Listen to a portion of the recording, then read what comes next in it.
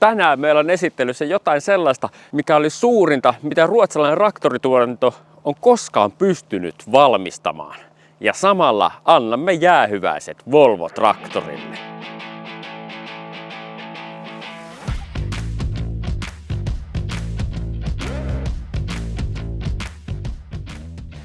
Tähän traktoriin kulmioituu 4 eri traktorimerkkiä.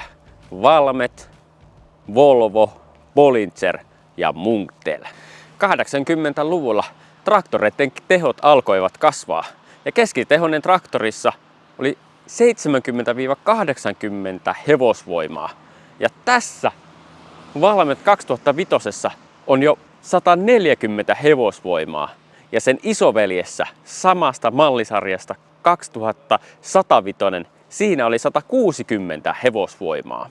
Tämähän traktori perustuu Volvo 2654. Samalla tavalla tämä 2005 Valmetti on 3,4 metriä korkea ja Volvohan kutsuttiin torni-Volvoksi sen korkeutensa vuoksi. Ja tämä on samalla tavalla tämmöinen torni-Valmetti. Valmet 2005 ja 2105 eivät juuri hirveästi eronneet toisistaan, paitsi sen välijäähdyttimensä vuoksi. Ja kone oli auttamattomasti jälkeen jäänyt niin vaihteistonsa kuin tekniikkansa puolesta, koska se oli jo 60-luvulla suunniteltu. Mutta Valmet tarvitsi sinne 05-sarjan kärkeen sellaisen koneen, missä oli oikeasti voimaa ja tehoa. Ja tämä Ruotsin Volvo sopi siihen täydellisesti. Ei tarvinnut kun laittaa 05-sarjan kuuppa keulalle ja traktori oli naamioitu Valmetiksi. Ohjaamoon ei tullut Valmetin myötä mitään muutoksia, mutta etuakseli oli vaihdettu ZF:n etuakseliin. Aikaisempi etuakseli oli otettu pyöräkuorma-ajasta ja ZF:n etuakseli mahdollisti paremman kääntöympyrän, joka oli 10,8 metriä, joka oli käytännössä sama kuin TV35 Fordissa. Valmet ei halunnut lähteä itse suunnittelemaan mitään uutta suurtraktoria, koska Mega- ja Messo-sarja olivat jo suunnitteluvaiheessa ja veivät suurimman osan Valmetin investoinneista eteenpäin. Oli siis hyvä, että lähdettiin tekemään jotain sellaista, mihin ei tarvinnut oikeasti käyttää kaikkia paukkuja. Toki Valmetilla oli muitakin suunnitelmia, mutta ne kariutuivat tämän suurtraktoriluokan puolesta, koska Volvon kanssa oli lähdetty fuusioitumaan ja oli helppo lähteä rakentamaan myös heidän traktoreistaan mallistoon sopivia ratkaisuja. Valmet 905 ei ollut kuin pikkaisen päälle 100 heppaa, joten totta kai sinne yläpäähän piti saada traktori, koska maatilan isäntien vaatimukset kasvoivat myös suurtiloilla, turvesoilla ja näillä raskailla töillä vaadittiin oikeasti jo kunnollisia tehoja. Nyt joku Valmet-mies siellä nyt polttaa päreensä, että kyllä 905 löytyy turvesoilta. Mutta joka tapauksessa tehovaatimukset olivat valtaisat ja Valmetin oli vain yritettävä pysyä perässä. Volvon 2650 tekniikka oli auttamattomasti jo vanhaa, etenkin vaihteistonsa puolesta. Olihan se synkronoimaton ja 80-luvulla synkronoimattomia laatikoita oli jo aika vähäisen käytössä. Oltiin siirrytty jo synkronoituun aikakauteen. Kuitenkin mallistossa oli hyvä pitää myös Volvo-traktorin mukana, koska uskolliset Volvo-asiakkaat halusivat ostaa näitä traktoreita. Toki asiakkailta kuultiin myös sitten huonoa palautetta. ZF:n etuakseli ei ollut niin kestävä ja vaihteistokaan ei kuulemma ollut enää entisellään. Siitäkin oli tullut muutoksia. Yhteensä näitä tornivalmetteja rakennettiin 455 kappaletta. Ja viimeinen Volvo PM-traktori lähti Eskiltunassa 1987 1.12. viimeisen kerran matkalleen ja tehdas laitettiin säppiin. Enää ei ruotsalaista traktoria ollut olemassa ja 74 vuotta jatkunut valmistus sai päätöksensä. Noniin, Volvo BM tai oikeastaan Valmet 2005, Volvo tai Valmetti. Minusta tuntuu, että KHV-kirjaimella alkava traktori, niin se on niinku tärkeintä, että on se sitten Vorti tai Ventti tai Volvo tai Valvetti, niin kaikki alkaa kuitenkin tavallisella veellä. Ja tää on kyllä jännä. Täällä on näitä tankkeja niinku löytyy täältä puolelta. Onko tää niinku hydrauliikan? Tää taitaa olla hydrauliikan tämmönen niinku tankki tää niinku erillään tällä sivustalla. Ja mikäs tää tankki sitten on tässä näin? Siitä tulee tämmönen pienempi letku. Tää rupesi heti hämmentää, että polttoainetankkihan nyt niinku löytyy täältä näin. Tässäkin olisi nyt tällä kertaa sitä ohjekirjaa kaivannut. Ei olisi kyllä kerennyt tähän hätään, että jos olisi tilannut tuolta ulkomailta. Mutta Boschin rivipumppu löytyy 5,5 litrainen suora kuutonen, 140 heppaa, iskupituus 120 milliä, eli on kyllä kovasti vääntävä. Olikohan tässä yli 500 newtonia vääntöä. Tästä löytyy se hyrskytin, mutta ei sitä välijäähdytintä, kuten siitä suuremmasta mallista. Tosiaan, niin kun tää on täällä Jyväs Motorsilla myynnissä, niin sanon, että tähän kuulemma tulee uudet renkaat tähän koneeseen ja 30 tonnia hinta. Siis minusta tällainen hyvin historiallinen kone, hyvin mekaaninen kone ja pienemmät venttiilit. Sellainen, jos itse pitää jotain linkoa vetää perässä ja semmoista, niin sit se on aina se yksi pistoke ja laita kiinni, mutta sitten kun täällä on niinku, tää tulee vähän pitemmälle tää yksi ja täällä on näitä, niin nämä on kuitenkin todennäköisesti kaikki kaksitoimisia. Mennään tonne sisälle, sieltä sen ymmärtää melkein paremmin, että minkälaiset vivustot sieltä löytyy. Mennään ihan suoraan tänne traktoriin sisälle. Tää on niinku helppo avata tää ovi. Täällä on tämmönen metallinen, kun tosta painaa, niin sitten se niinku tipahtaa pois ja sitten näin. Eli sitten kun menee sisälle ja käy traktoriin istumaan, niin sitten pitää painaa tosta, että se ovi tulee sitten kiinni. Voin tällä niinku esitelmöidä tämän asian. Tuosta vaan. Ja ovi menee ihan niinku itsestään kiinni. Tää on hyvin karun näköinen tää hytti. Tosi tasainen lattia ja siis tää on tosi tilava tää hytti. Tähän näkyy näitä. On kyllä melkein tarvitsi sen ohjekirjan. Mut joo, tää on todennäköisesti se nostolaite. Ja tää on sitten se, millä säädetään sitten se, että minkälaista konetta vedetään sitten. Että siellä on kyntoauralle omansa ja sitten jos joku kalkituskone, niin semmoiselle oma laitettu sinne. Ja tää on vissiin sitten se, kuin nopeasti se laskee ja nousee sitten. Että se on kaikista nopeimmalla asennolla nyt tässä. Tää fyllinki on lähtenyt jostakin irti ja otetaan se pois tuolta häiriköimästä.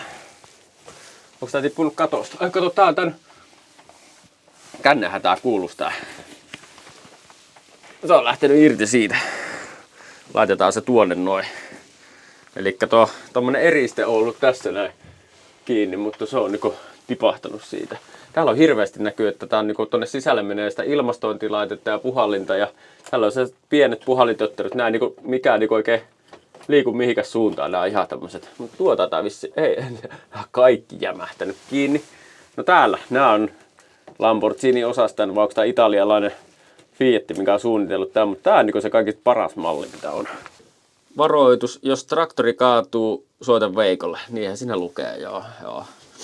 Täällä on voimanotto, siellä on ajo, sitten siellä on moottori ja sitten se on tuossa keskiasennossa sitten, joo. Tää on kyllä mörgillisen näköistä. Niinku ohjekirjaahan tää kaipaisi ihan must. Että jos tän niinku ostaa itselleen, niin Nelivedon sekä ulosoton kytkentä on toteutettu sähköisesti ja näitä pieniä vipuja oli todella vaikea edes nähdä. Ulosotossa oli 540 tonninen sekä ajovoimanotto. Hytissä on varmasti molemmille käsille töitä, koska kaikki toiminnot eivät ole vielä yhden käden ulottuvilla.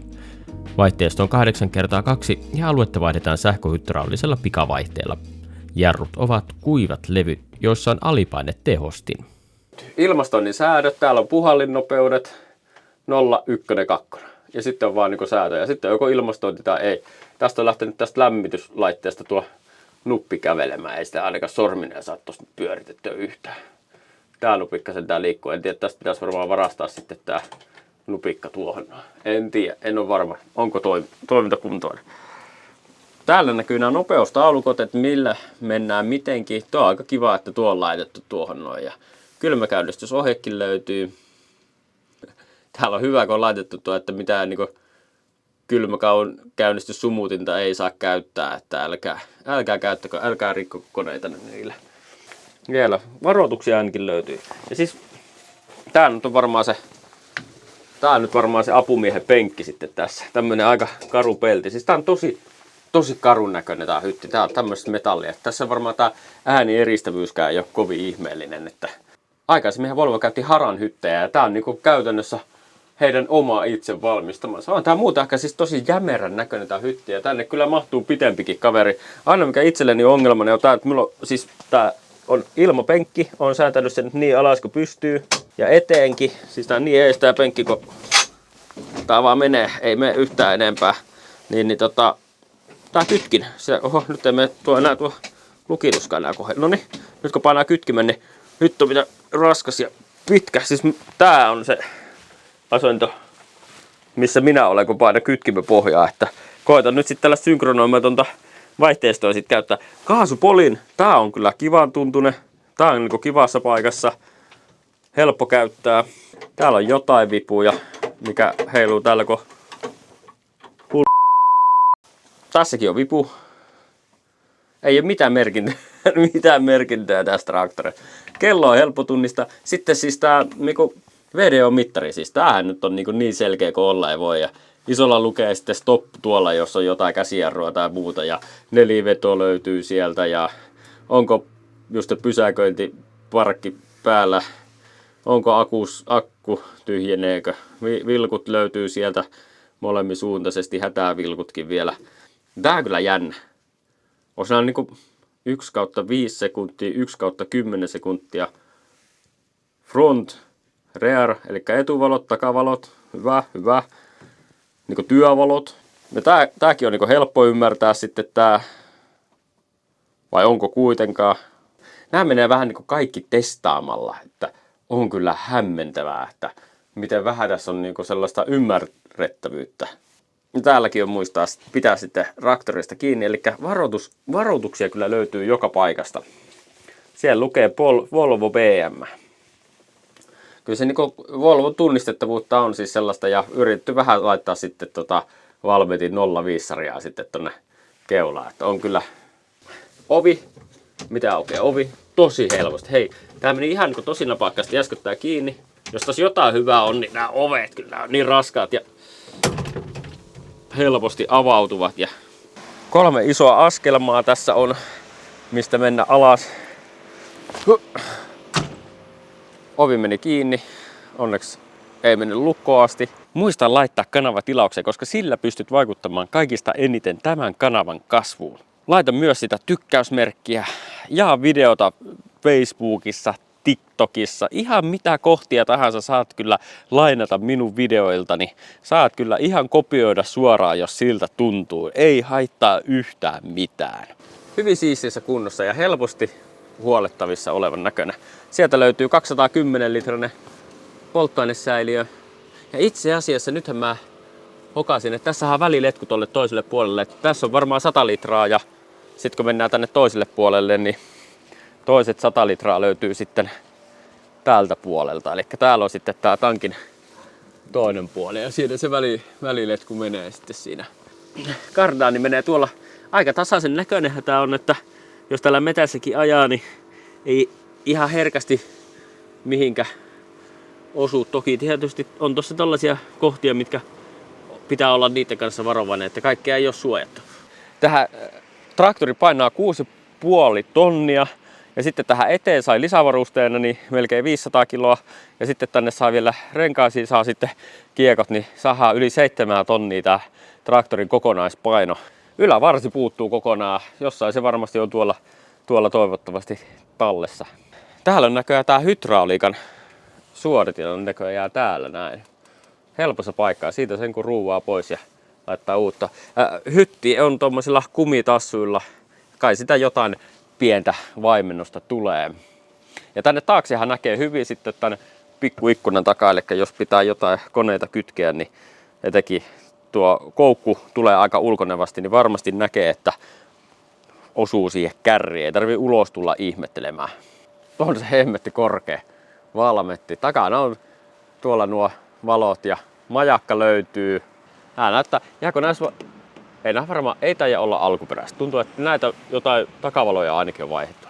Nää näyttää hyvin alkuperäisen näköiset, vähän halkeilutkin. Ei näillä vilkuilla ja pienillä etuvaloilla, niin eihän ole tiellä vaan tämmöisessä vehkeessä. Sieltä löytyy laturia ja ilmastointikompura löytyy sieltä. Ilmastoinnin toimivuudesta en tiedä. Onko tämä sama etuakseli kuin siinä Fordissa? Siis kääntöympyrähän on käytännössä sama, mutta kyllä tämä niinku vähän näyttää erinäköiseltä, mitä muistelee sitä 3.5 Fordia, kun näin sen, että ei tämä todennäköisesti ole sama, mutta siinä on varmaan sama tuo perus, nuo nivelet ja semmoset, koska on saatu se sama kääntöympyrä sitten. Ja tämä on kyllä siis niinku aika yhtä niinku sellaisen massiivisen oloinen, ja mitä veikkaan, että kun lähden tästä kohta koeajelulle, niin minulle tulee kyllä vaikeuksia tämän koneen kanssa, kun on tuo synkronoimaton vaihteisto. Ja sen lisäksi tuo kytkin poljin, niin sen kanssa on kyllä vaikeaa, koska minun jalkani ovat vain turhan lyhyet tähän hommaan. Olen siis aika persjalkainen. Pitkää selkää ja lyhyttä jalkaa. Joo, tosiaan nämä on aika pykineet nämä renkaat ja näihin on tulossa sitten uudet. Se oli joku 3000 vähän päälle euroa se rengassarja, mikä tähän on uusi tulossa. Jyväs Motorsin tässä pihamaalla ollaan. Täällä on sitten autoja, että tulkaa Jyväs Motorsiin katsomaan, niin minkälaisia pelejä täällä on. Käykää heidän verkkosivuilla ihmettelee, että jos autoa pitää ommata. Ja siistin näköiset tilat näyttää tuolla olevan heillä. Olen vähän tässä sivummalla kuvaamassa nyt tätä konetta. Polkimet on kaikki aika eri korkeudella. Yleensä se on jalalla tuo lukko monessa traktorissa, niin aina tuolla. Onko tuo semmoinen painonappi, että se olisi? En ole yhtään varma. Radiokin puuttuu, en tiedä onko tässä traktorissa niin paljon hyvää sulosuunnetta. Itse asiassa tuolla on kaiuttimet kuitenkin. Missä on radio? Radio. Missä tässä traktorissa on edes radion paikka? On kyllä. Ohjekirjaa ja kommentoikaa toki tästä traktorista ei mitään hirveästi ole niin paljon sitä ymmärrystä. Plus sitten, että se ohjekirja ei vaan niin mistään tahtonut löytyä. Eikä täällä vissiin täällä nyt sisällä ole missään sitä. Ei ole penki takana eikä mitään sellaisia lokeroita. Jaha, pitäisiköhän me seuraavaksi lähteä sitten koeajelulle tällä. Noniin. Sitten lähdetäänkin liikenteeseen. Huhhuh. Täällä on vähän tämmönen märkä keli Jyväskylässä. Ja katsotaan mitä tää. Tarvitko kytkin olla pohjassa silloin kun startataan, mutta hyvähän se on aina pitää varmuudeksi. Nätisti lähti käyntiin. Tää oli jo tosiaan aikaisemmin tässä käynnissä, että ja lähti kyllä tosi. No niin, laturin valokin hävisi. Nyt niin pitäisi löytää sitten vaihteet. Oi. Mutta tästä tulee kyllä hauska. Kuolema korjaa sitten. Se.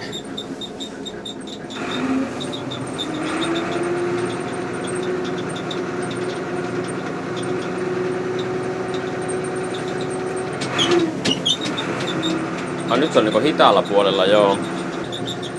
Mihin suuntaan me lähdetään tästä?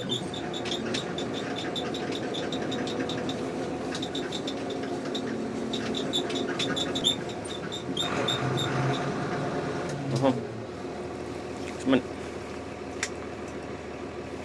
Noniin. Saatiin isompi vaihe päälle. Hyvä niin. Peilit on kaikki ihan päin honkia. Ei tuu ketään takaa.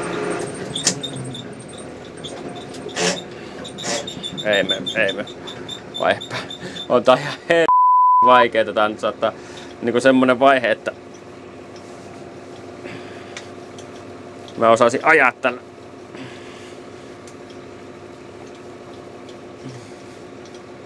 Nyt meillä ei ole enää mitään vaihetta. Onks kytkin tarpeeksi pohjassa? Ei. Noniin, mennäänkö nyt vaihe päälle? Nyt meni vaihe päälle.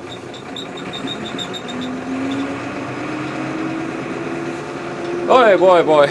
Mitäs tuo pikavaihe, jos siitä niinku vähän painaa, niin mitä nyt tapahtuu? Tuo menee niinku hitaalle puolelle joo tollailla. Jos me yritetään saattaa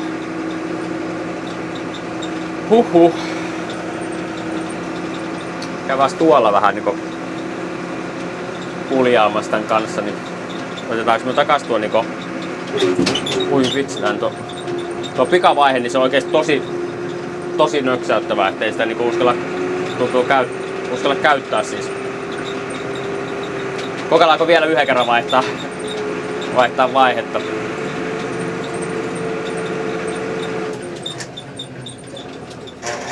Ei vaan. Ei. Se mihikäs suuntaan enää sen jälkeen.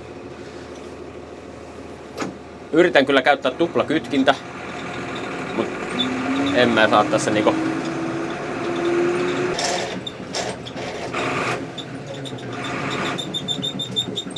Ja nyt se meni vaihe päälle. Eli me vaihdettiin vaihe, herran jestas. Pykälää isommalla. Tässä kyllä aika... Hyvin tää kyllä kääntyy siis sellailla. Mä tuun ihan hulluksi koneen kanssa. Oi.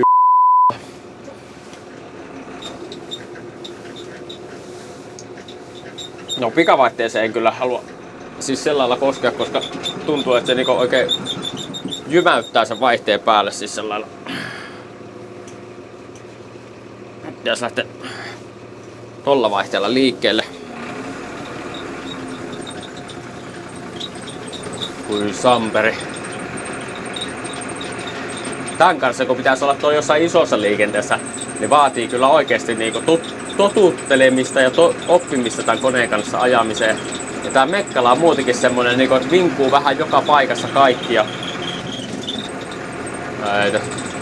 Hirveen vaikea saattaa, ei niinku onnistu ollenkaan tuot, vaikka kui tekee tuplakytkimellä ja näin, niin tekeneillä on tämmönen traktori, niin saatte vauhissa vaihdettua sen vaihteen, niin opettakaa se minulle, kertokaa kommenteissa, että miten, että itse yritän sillä tuplakytkimellä ja sitten vähän kaasun paikkaamisella ja semmosella, mutta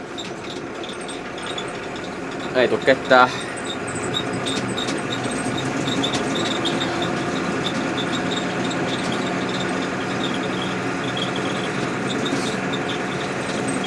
On kyllä.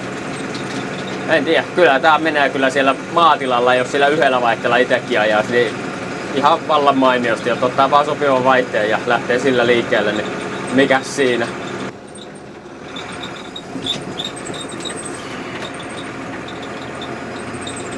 Hyvin muistanut vilku tänään, se on kyllä ollut semmonen niinku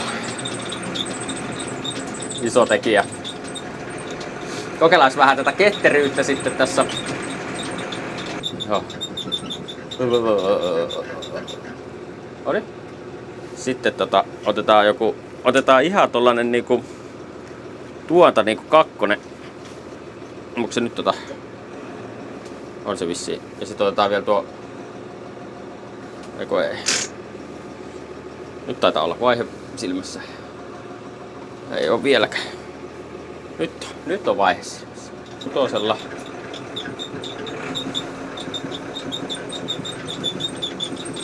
Tää on aika ketterästi ja tää kääntyy. Renkaat ei ota kiinni.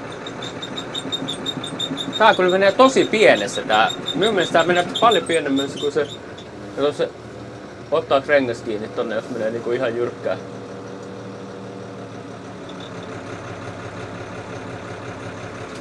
Taas vielä vähän pienempi vaihe.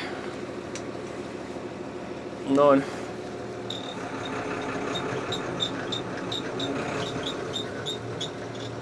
Ei se ota kiinni, vaikka se näyttää siltä, että se menee niinku tosi lähelle sitä. Tää on siis tosi ketterä. Siis jos tässä jotain on, niin renkaathan kääntyy ihan sikana. On tää mun mielestä ketterämpi kuin se TV35. Ei tuo voi pitää paikkansa tuo 10,8 metriä. Tähän meni ihan tommosessa niinku pikkusessa. Sitä mä en ymmärrä, että onko jos renkaissa jotain sellaista, niinku mikä mullyttää tätä ihan hirveästi tää, että jotenkin pykivät nuo renkaat tai jotain sellaista. Tää niinku on vähän niinku tietysti semmonen innostunut pässi semmonen koko ajan, se niinku muljuttaa menemään. Koko aika pukkii niinku sellainen.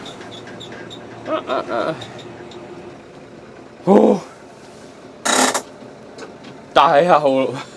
Ei vitsilä. Tää ajo riitti kyllä minulle ihan vallan mainiosti. Otetaanko vielä desibelit tähän? Tää on yksi vaikeimmista traktoreista, mitä siis oma Taavetti tietysti ihan tottunut ja siinä saa ehkä niitä vaihteitakin vaihdettua, että vaikka siinäkin on synkronoimaton laatikko, niin on tää siis. Ja sit tuo kytkin on, ei vitsi, jalkaa kyllä ihan valtava kipeä tosta. Noniin, katsotaan desibelit. Miltä näyttää?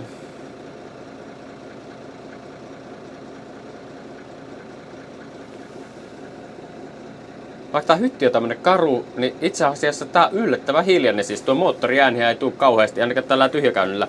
Mitä jos lisätään vähän kierroksia, että meillä olisi joku vähän semmoset niinku työkierrokset enemmän.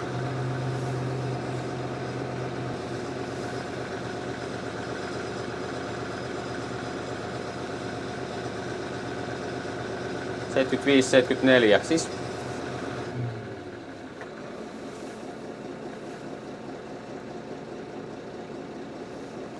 On kyllä